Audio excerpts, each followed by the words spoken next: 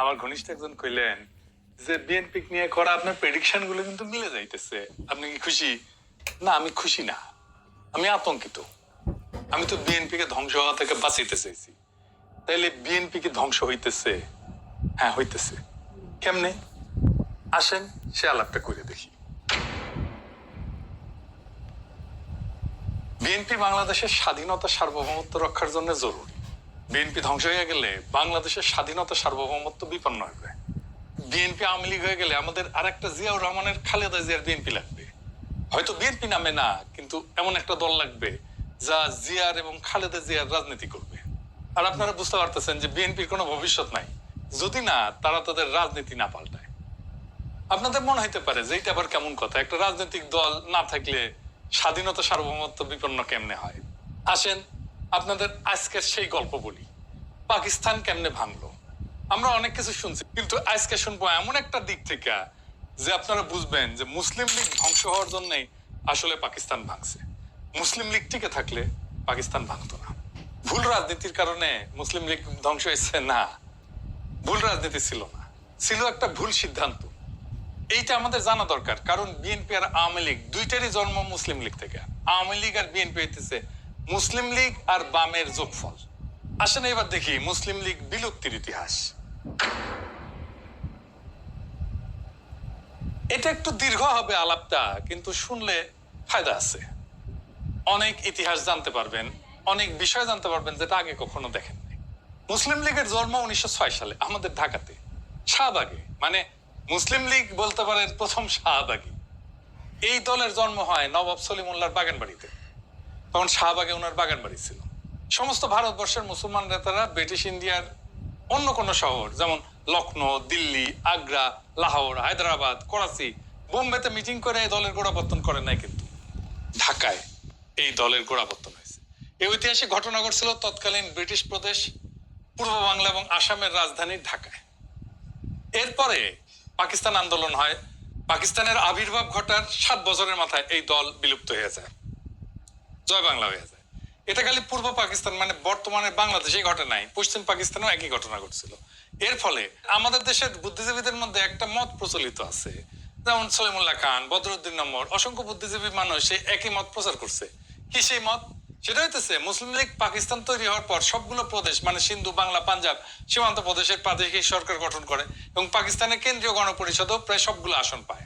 অল্প কিছু আসন কংগ্রেসের হাতে থাকে। মুসলিম লীগের দুঃশাসন এবং জনবিচ্ছিন্নতার কারণে নাকি এই দল তার সমস্ত জনসমর্থন হারায় ফেলে এবং এর ফলেই নাকি 54 সালে পূর্ব পাকিস্তানের প্রাদেশিক নির্বাচনে ভরাডুবি ঘটে মুসলিম লীগের, আর তাতেই নাকি এই দল প্রায় বিলুপ্ত হয়ে যায়। তো এই বয়ানটা ঐতিহাসিকভাবে সত্য না। অধিকাংশ বাঙালি বুদ্ধিজীবী কোনো ঐতিহাসিক ঘটনার ডিটেইলস অনেক পরিশ্রম করে কষ্ট করে খুঁজে দেখে স্টাডি করে না। তারা খুব উপর ভাষা একটা কাজ করে, মানে উপর দিয়ে খালি খোঁজাখুঁজি করে দেখে, তারপরে একটা মতামত তৈরি করে, 2-1 লাইন পরে অল্প কিছু বুঝে সেটা নিয়ে উত্তেজিত হয়ে যায়, বারবার ওইটা রিপিট করতে থাকে। ফলে তাদের এই সস্তা বয়ানগুলো প্রতিষ্ঠা লাভ করে। আজকে আমরা দেখব কেন মুসলিম লীগ বিলুপ্ত হয়ে গেছিল এবং আমাদের বর্তমান রাজনৈতিক ঘটনা পট প্রবাহে এর গুরুত্ব কতখানি। মুসলিম লীগের ইন্টেলেকচুয়াল গডফাদার ছিলেন স্যার সৈয়দ আহমেদ খান। উনার লেখালেখি এবং অ্যাক্টিভিজমকে প্রেরণা ধরে মুসলিম লীগের গোড়াপত্তন হয়। তো স্যার আহমেদ খান কিন্তু নিজে একটা সংগঠন তৈরি করছিলেন, তার নাম ছিল অল ইন্ডিয়া মোহামেডানস এডুকেশনাল কনফারেন্স, যেটা একটা মিটিং এর স্থান হিসাবে নির্ধারণ করে 1906 সালে ঢাকার নবাব সলিমুল্লাহর আহসান মঞ্জিলকে।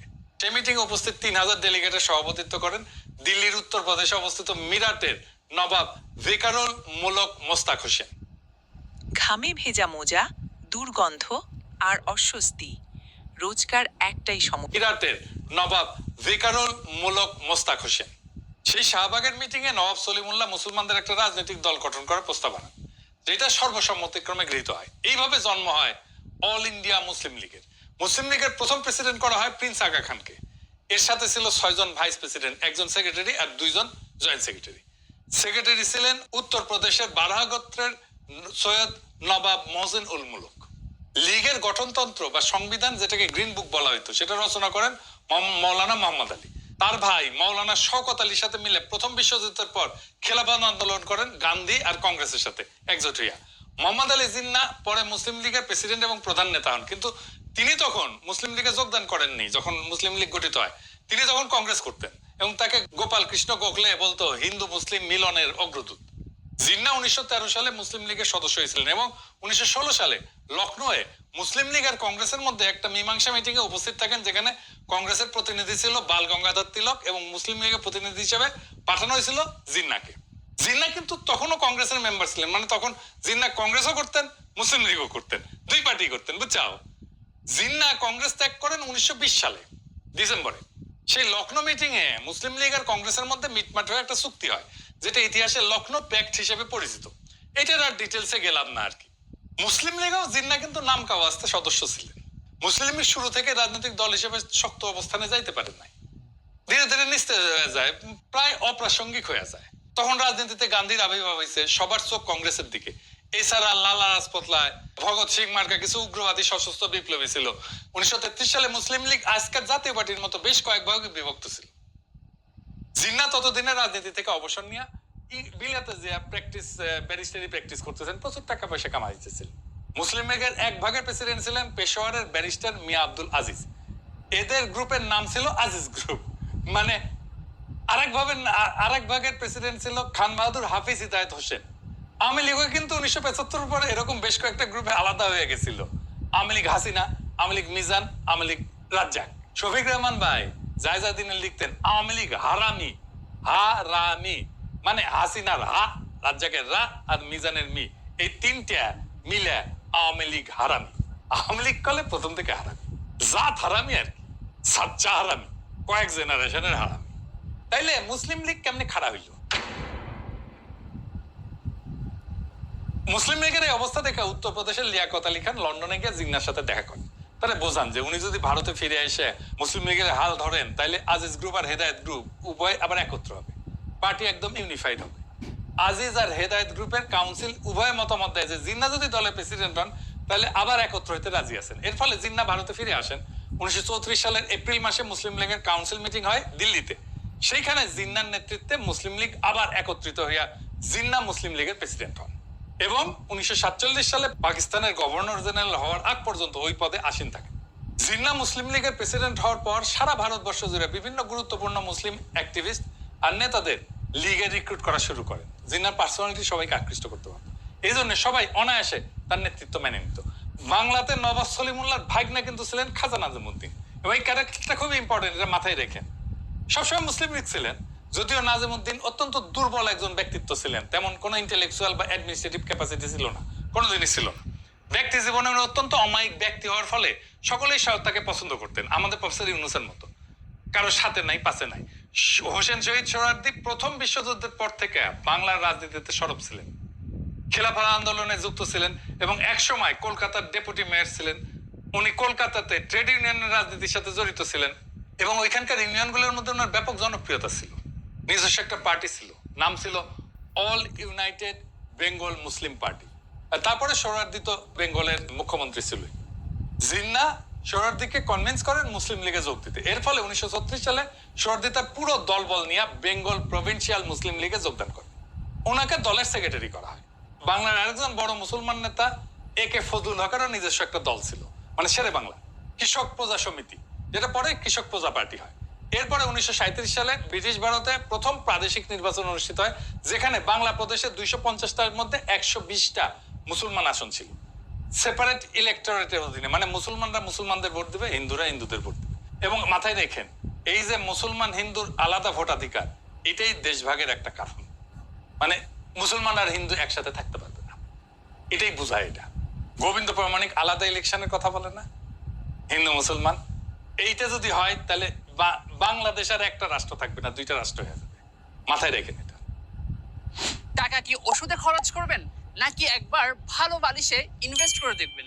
আমাদের এইটা যদি হয় তাহলে বাংলাদেশ আর একটা রাষ্ট্র থাকবে না, দুইটা রাষ্ট্র হয়ে যাবে। মাথায় রেখেন এটা। যাই হোক, এই প্রসঙ্গে আর বিস্তারিত আলাপে না যায়। তো এই 250টা আসনের মধ্যে কংগ্রেস পায় 54টা, মুসলিম লীগ পায় 40টা, কৃষক প্রজা পার্টি পায় 36টা, হিন্দু মহাসভা পায় 4টা। হিন্দু মহাসভা হচ্ছে বিজেপির বাপ আর কি। বাকি আসন স্বতন্ত্র প্রার্থী ক্ষুদ্র কয়েকটা দল জেতে। 250টা আসনের মধ্যে মেজরিটি পাইতে লাগে 126টা সিট, যেটা একক কোনো দলের ছিল না। কংগ্রেস বৃহত্তম দল হওয়ার পরেও গোড়ামি করে মুসলিম লীগ অথবা ফজলুল হকের সাথে জোট করতে অস্বীকৃতি জানায়। এর ফলে ফজলুল হক তার পার্টি নিয়ে 1937 সালে মুসলিম লীগে যোগ দেয়। তাকে সাথে সাথে বেঙ্গল প্রভিন্সিয়াল মুসলিম লীগের প্রেসিডেন্ট করা হয়, সোহরাওয়ার্দী সেক্রেটারি থাকেন। মুসলিম লীগের এমপিরা তাকে বাংলার চিফ মিনিস্টার পদে সমর্থন করে, সাথে আরো অনেক স্বতন্ত্র প্রার্থী যোগ দেয়। এইভাবে আইনসভায় মেজরিটি আসে। শেরে বাংলা ফজলুল হক বাংলার প্রথম মুখ্যমন্ত্রী হন। তার ক্যাবিনেটে 10 জন সদস্য ছিল, এর মধ্যে সোহরাওয়ার্দী ছিল বাণিজ্য এবং শ্রম মন্ত্রণালয়ের দায়িত্বে। 1938 সালে তৎকালীন ফরিদপুর জেলার গোপালগঞ্জ মহকুমায় একটা জনসভা করছিলেন উনি, সোহরাওয়ার্দী। সেইখানে শের বাংলা ছিল, সোহরাওয়ার্দী দুইজনে গেছিলেন। সেইখানে প্রথম সোহরাওয়ার্দীর সাথে তার বডিগার্ডের পরিচয় হয়। মুজিবের 38 সালে বয়স ছিল কত জানেন? 18 বছর। তার জন্ম 1920 সালে। লাড্ডাগোড্ডা মুজিব পড়তো গোপালগঞ্জ মিশন স্কুলে ক্লাস 8-এ। 18 বছর বয়সে একজন ম্যাট্রিক ইন্টারমিডিয়েট পাশ করে বিশ্ববিদ্যালয়ে প্রথম বর্ষে থাকে অথবা ভর্তি পরীক্ষা দেয়, অথচ মুজিব সেই বয়সে কোনো মতে ক্লাস 8-এ 10-এ পৌঁছে যেতে পারছে। এরকম মাল ছিল মুজিব। আর সে আবার জাতির পিতাও বটে। সেই জাতি খাইবে না তোকে পাশে বাড়ি মোগলেস খাইবে মারা। যাই হোক, তখনই মুজিবের সাথে সোহরাওয়ার্দীর আলাপ, তারপর চিঠি লেখালেখি শুরু হয়। মুজিব কলকাতায় মুভ করে পুরোদস্ত এবং সোহরাওয়ার্দী বডিগার্ড হিসেবে তার ক্যারিয়ার শুরু করে। এইভাবে মুসলিম লীগের আস্তে আস্তে ডালপালা গজাইতে থাকে। 1940 সালে লাহোরে মুসলিম লীগের বার্ষিক সম্মেলন আহ্বান করা হয়। সেইখানে লীগের সমস্ত মুসলমান নেতারা উপস্থিত থাকেন। যেহেতু ভারতবর্ষের 11টা প্রদেশের মধ্যে একমাত্র বাংলাতেই মুসলিম লীগের সরকার ছিল, তাই বাংলার মুখ্যমন্ত্রী ফজলুল হককে দিয়ে ঐতিহাসিক লাহোর প্রস্তাব পেশ করানো হয়। পাঞ্জাবে মুসলমানরা সংখ্যাগরিষ্ঠ থাকার পরেও সেখানে মুসলিম লীগ এবং কংগ্রেস একদম পাত্তা পায় নাই। 1937 সালের নির্বাচনে পাঞ্জাবে ইউনিয়নিস্ট পার্টি নামে একটা বড় দল ছিল, যেটা মেজরিটি আসন যেতে, এবং পাঞ্জাবের প্রথম চিফ মিনিস্টার হয় স্যার সিকান্দার হায়াত খান। স্যার সিকান্দার হায়াতের ছেলে শওকত হায়াত খান মুসলিম লীগের জিন্নার অনুসারী ছিলেন। ইউনিয়নিস্ট পার্টির সাথে মুসলিম লীগের পরে ব্যাপক গ্যাঞ্জাম হয়। 1941 সালে দ্বিতীয় বিশ্বযুদ্ধ শুরু হইলে দিল্লিতে ভাইসরয় একটা ডিফেন্স কাউন্সিল তৈরি করে, যেটা মুসলিম লীগ এবং কংগ্রেস অফিসিয়ালি বয়কট করে। মুসলিম লীগের নিষেধ থাকা সত্ত্বেও শেরে বাংলা সেই কাউন্সিলে মেম্বার হিসেবে যোগ দেন। শেরে বাংলা কিন্তু খুবই লোভী কিসিমের মানুষ ছিলেন, যে জন্য যখন তাকে পদের লোভ কেউ দেখাইতো সেটা গিলতেন। এরকম অসংখ্য উদাহরণ আছে। ফজলুল হক মানে শেরে বাংলা, একে ফজলুল হক, এই নামগুলা শুনলে কাইত হইয়া পড়ে যান না। এটা নিয়ে পরে সুযোগ পেলে আর একবার আলাপ হবে। ফজলুল হকের উপর থেকে মুসলিম লীগের সমর্থন উঠে নেওয়ার পর হক সাহেব হিন্দু মহাসভার শ্যামাপ্রসাদ মুখার্জি আর কংগ্রেসের হিন্দু মেম্বারদের সাথে জোট করে আরো 2 বছর মানে 1943 সাল পর্যন্ত ক্ষমতা থাকে। এটারে হক মুখার্জি মন্ত্রিসভা বলা হয় ইতিহাসে, মানে সেকুলার হয়েছে। শ্যামাপ্রসাদ মুখার্জি বিজেপির প্রতিষ্ঠাতা, তার মতো ইসলাম বিদ্বেষীর সাথে জোট করে হইলেও ক্ষমতায় থাকতেই হবে 2 বছরের জন্য হইলেও। এই হইতেছে শেরে বাংলা। এরপরে আসে 1946 সালের ফাইনাল নির্বাচন। ততদিনে সোহরাওয়ার্দী বাংলার মুসলিম লীগের সবচেয়ে এফিশিয়েন্ট এবং কর্মক্ষম নেতা হিসেবে আবির্ভূত হয়েছে। সেই নির্বাচন ছিল পাকিস্তানের ম্যান্ডেটের নির্বাচন। সেই নির্বাচনে মুসলিম লীগ ভারতবর্ষের মুসলমানদের সব আসনে প্রায় 90% আসন যেতে। বাংলাতেও ফজলুল হকের কৃষক প্রজাপার্টি একদম জয় বাংলা হয়ে আছে। শ্যামাপ্রসাদ মুখার্জির সাথে সরকার কইরা 2 বছরের এক্সটেনশন পাওয়ার পুরস্কার পান উনি। পাঞ্জাবে ইউনিয়নিস্ট পার্টির কথা বলছিলাম না, অল্প কয়েকটা আসন যেতে মুসলিম লীগের বিপরীতে। সিন্ধু, যেখানে মুসলিম লীগ 1937 সালের নির্বাচনে একটা আসনও যেতে নাই, সেখানে প্রায় সব মুসলিম সিট এবার যেতে সরকার গঠন করে মুসলিম লীগ। এরপর শুরু হয় ভেজাল। বাংলাতে মুসলিম লীগের সবচেয়ে বড় অ্যাক্টিভিস্ট গ্রুপগুলোর নেতা ছিল সোহরাওয়ার্দী, যার অক্লান্ত পরিশ্রমের ফলে মুসলিম লীগ বাংলাতে বিপুল জয়লাভ করে। সোহরাওয়ার্দী ব্রিটিশ বাংলার সর্বশেষ চিফ মিনিস্টার হয় এবং সরকার গঠন করে। এরপরে 1947 সালে পাকিস্তানের আবির্ভাব হওয়ার পর শুরু হয় ভেজাল। মুসলিম লীগের ভেতরেই ভেজাল। সে ভেজালটা কি? পদবি নিয়ে ভেজাল। যাই হোক, পাকিস্তান হওয়া এবং হিন্দু মহাসভা কংগ্রেসের চাপে বাংলাকে বিভক্ত করার পর পাকিস্তানে পূর্ব বাংলার প্রথম চিফ মিনিস্টার নির্বাচন করার জন্য পূর্ব বাংলার মুসলিম লীগের এমপিদের মধ্যে আবার একটা ভোট হয়।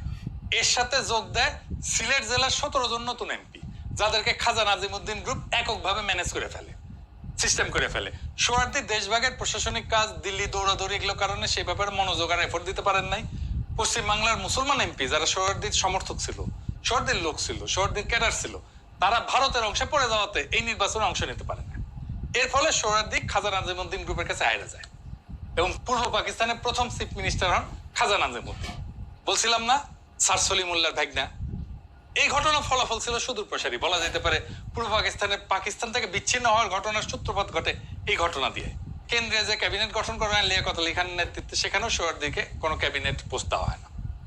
বাংলা থেকে ফজলুর রহমান নামে একজন অখ্যাত ব্যক্তিকে কেন্দ্রের শিক্ষামন্ত্রী পদ দেওয়া হয়। এ ফজলুর রহমান কে জানেন? এ হইতেছে সালমানের দরবেশ বাবা, সালমান এফ রহমানের বাপ।